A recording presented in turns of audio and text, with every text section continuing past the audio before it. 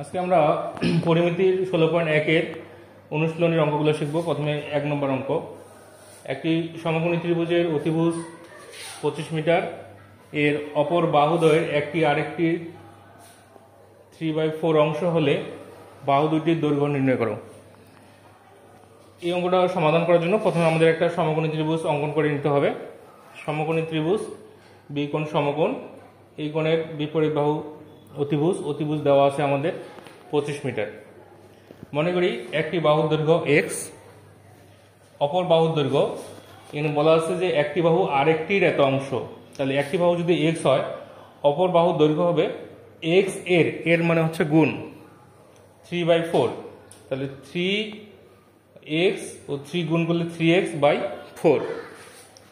তাহলে এই ত্রিভুজের আমাদের 3 বাহুর মান জানা আছে। যেহেতু এটা সমকোণী ত্রিভুজ, তাহলে আমরা পিথাগোরাসের উপপাদ্যের সাহায্যে অঙ্কটা সমাধান করব। তাহলে আমরা বলি যে সমকোণী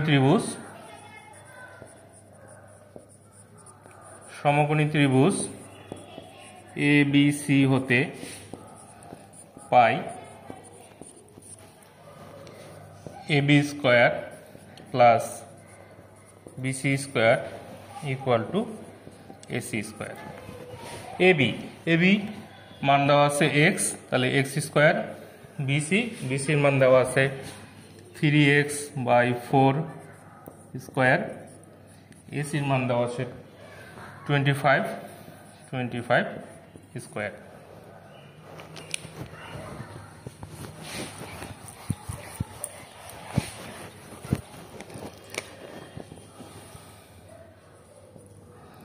x square, 3 square means 9 square, 4 এর 4 স্কয়ার 16, 25 স্কয়ার 6 to 5।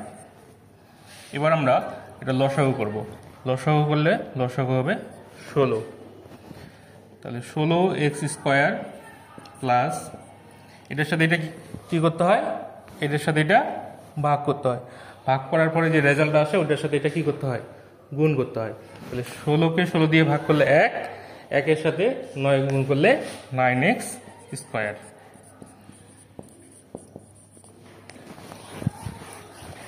আচ্ছা, এবার আমরা এটা যোগ করি। 16x square plus 9x square 25x square. 16টা এই পাশে গুণ হয়ে যাবে, এটাকে আর গুণ বা ক্রস মাল্টিপ্লিকেশন বলে। তাহলে x স্কয়ার ইকুয়াল টু 25 গুণন 16। যেহেতু 25টা এখানে মাল্টিপ্লাই অবস্থায় আছে, অর্থাৎ গুণ অবস্থায় আছে, নিচে গিয়ে এটা ভাগ হয়ে যাবে। এটা কাটাকাটি করলে 25 হবে। 25 আর 16 যদি আমরা গুণ করি তাহলে ফাইনালি পাবো 25 গুণন 16 গুণ করলে একেবারে লিখি 400।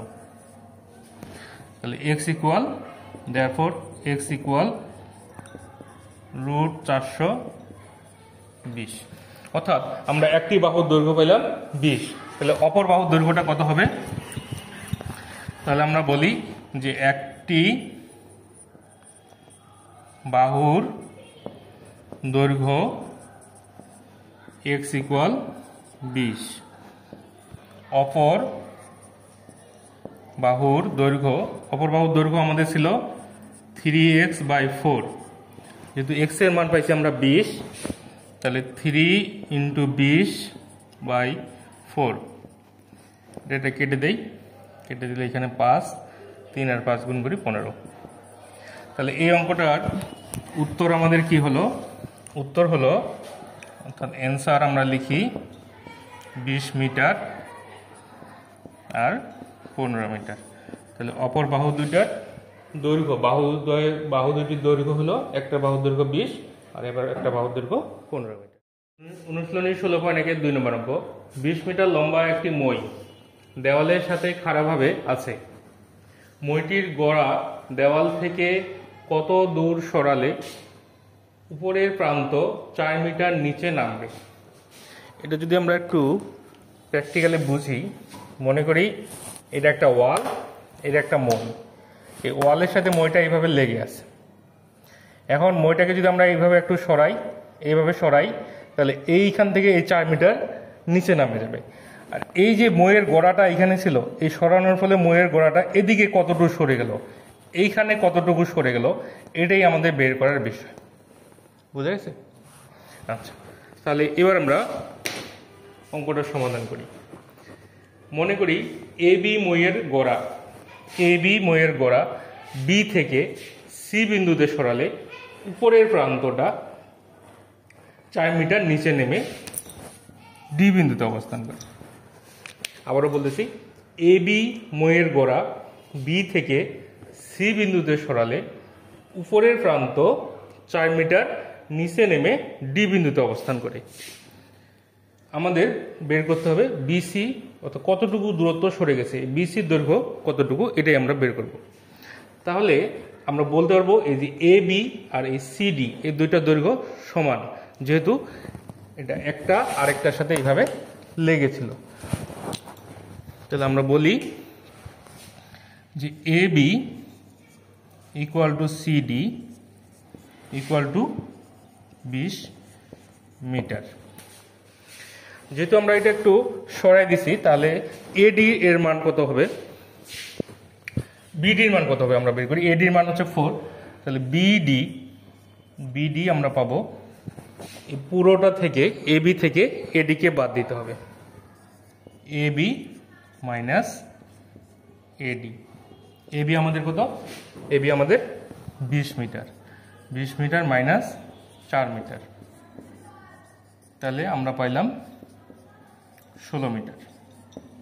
তাহলে এই বিডি আমাদের 16 মিটার, এটা 20 মিটার। তাহলে আমরা বলতে পারি বিসিডি এটা একটা সমকোণী ত্রিভুজ।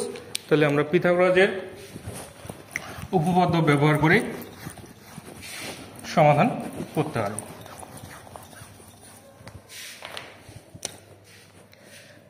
সমকোণী ত্রিভুজ বিসিডি হতে পাই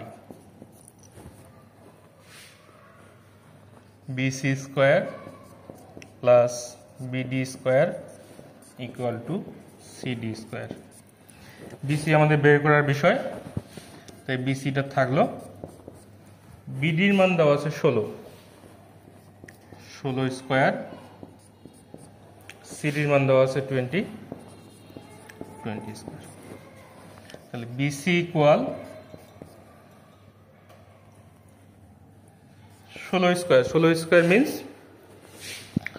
256, 20 স্কোয়ার 400।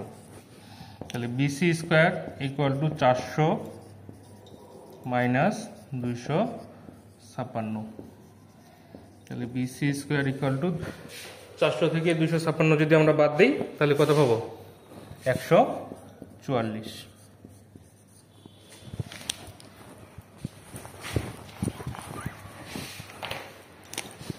অতএব বিসি ইকুয়াল √144, আর 144কে যদি আমরা রুট করি তাহলে পাবো 12।